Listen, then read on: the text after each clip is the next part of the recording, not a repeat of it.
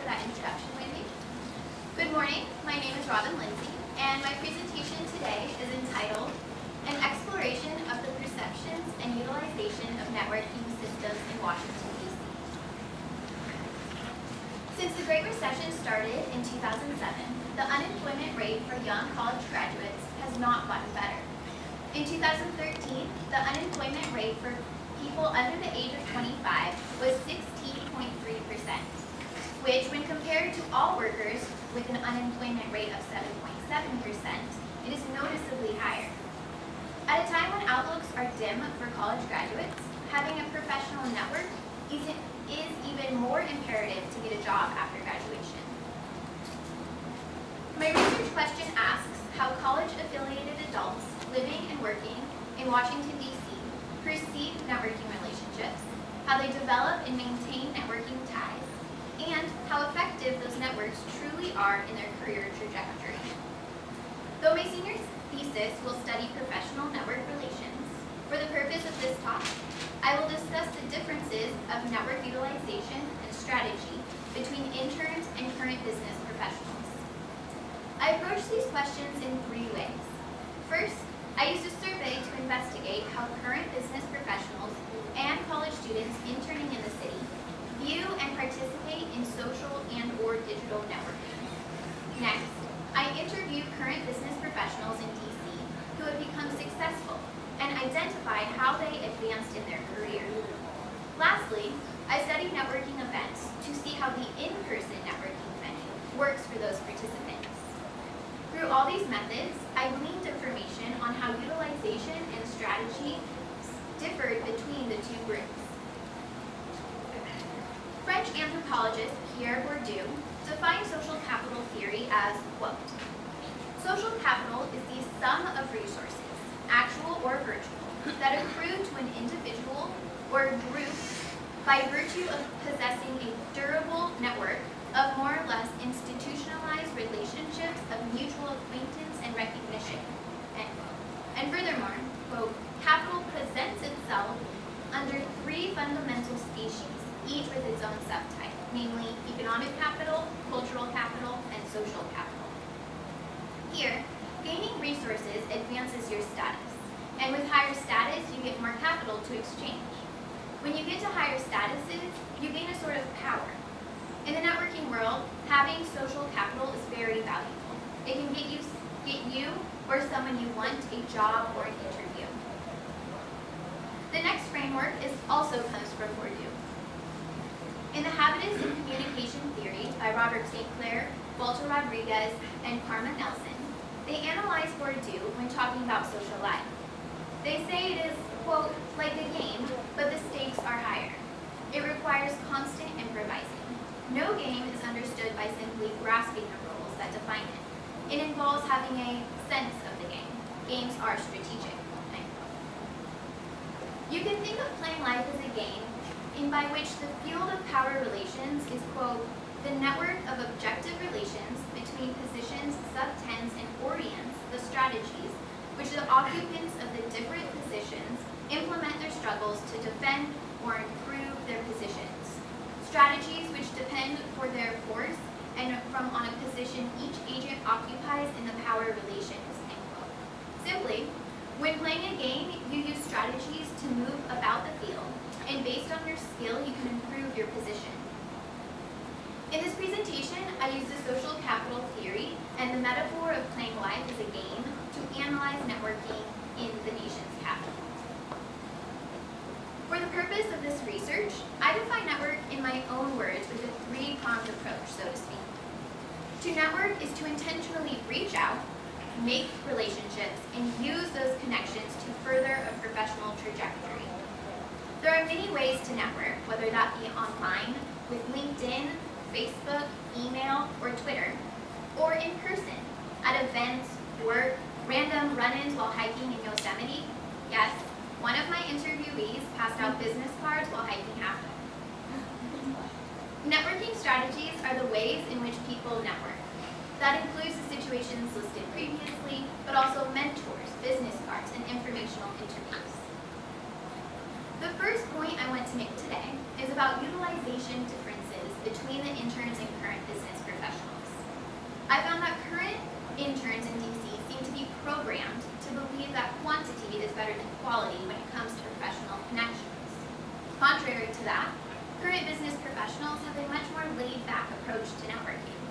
To be sure, my survey results suggested a different conclusion.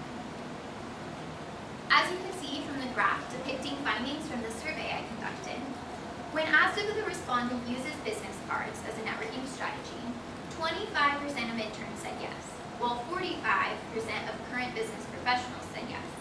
However, in observation and interviews, I found different outcomes. To explain how intense interns are in the city, take this case example. As a participating attendee, I observed networking at its peak at the Mad Hatter's Campus Progress Intern Network Night. Mad Hatter's, a bar in DuPont Circle, was close to capacity with interns from all over the district. This event dedicated itself to help interns network with each other. It was here that I witnessed more business cards being passed out than any other time during the summer.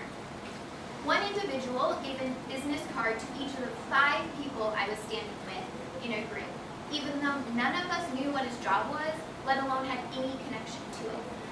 Even though my main objective that night was to observe, I too was given business cards from many different fields, including one man who introduced himself as a future senator.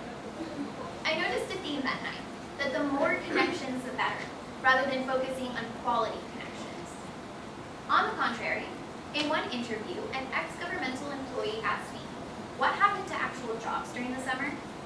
His point was to show that when he went into the professional world, it was based off of merit, not who you knew or what internships were on your resume. He explained to me that to get his first job, he applied, took a test, interviewed, and hoped that he would qualify for the position. Times have obviously changed. Now, knowing people on the inside truly does get your foot in the door. Granted, as one interviewee told me, quote, networking can get your foot in the door, but it will take you to get your whole body in. Consider the 2 opposing views. One, of the ex-governmental employee who was reminiscent of the times when jobs were earned if you passed the test. And 2, the networking night when business cards were being pushed to every breathing candidate hoping for a job years in the future. Randomly passing out paper with various contact information printed on it will not produce a meaningful, durable connection. As one interviewee claimed, as a current business professional, she would rather spend time fostering relationships rather than make new network connections. To go back to Bourdieu's definition of social capital, remember, social capital is the sum of resources, actual or virtual. In these examples, business cards act as the actual resource in the material sense. But the ways they are used to get your foot in the door or to introduce yourself as a future senator is virtual in a symbolic sense. Both are resources, but the sum of them, the business cards plus the utilization, creates social capital.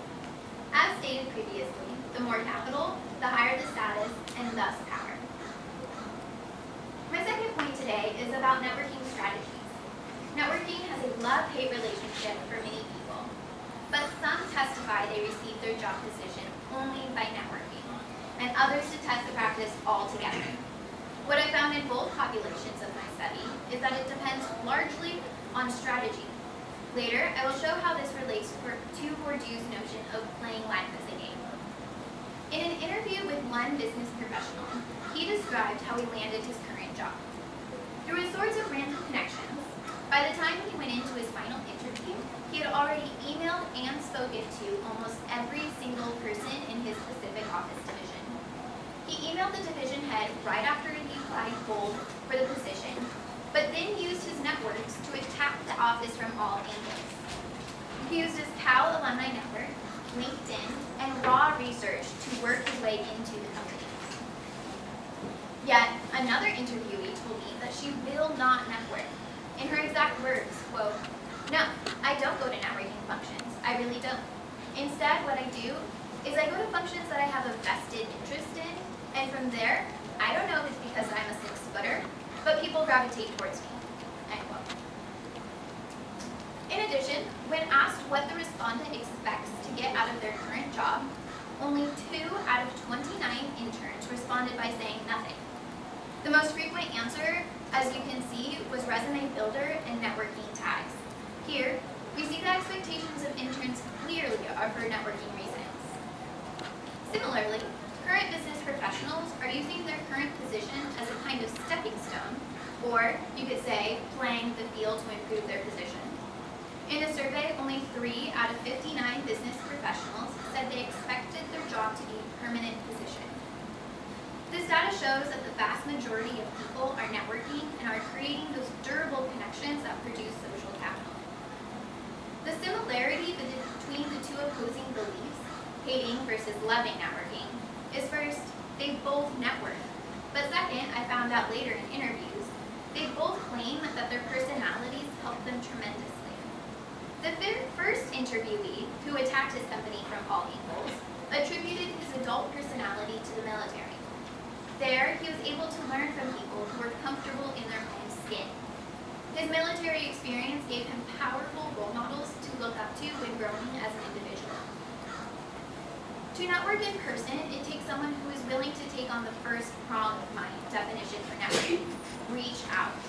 The two previous individuals disagreed on wanting to network, but they both used their personalities to do so.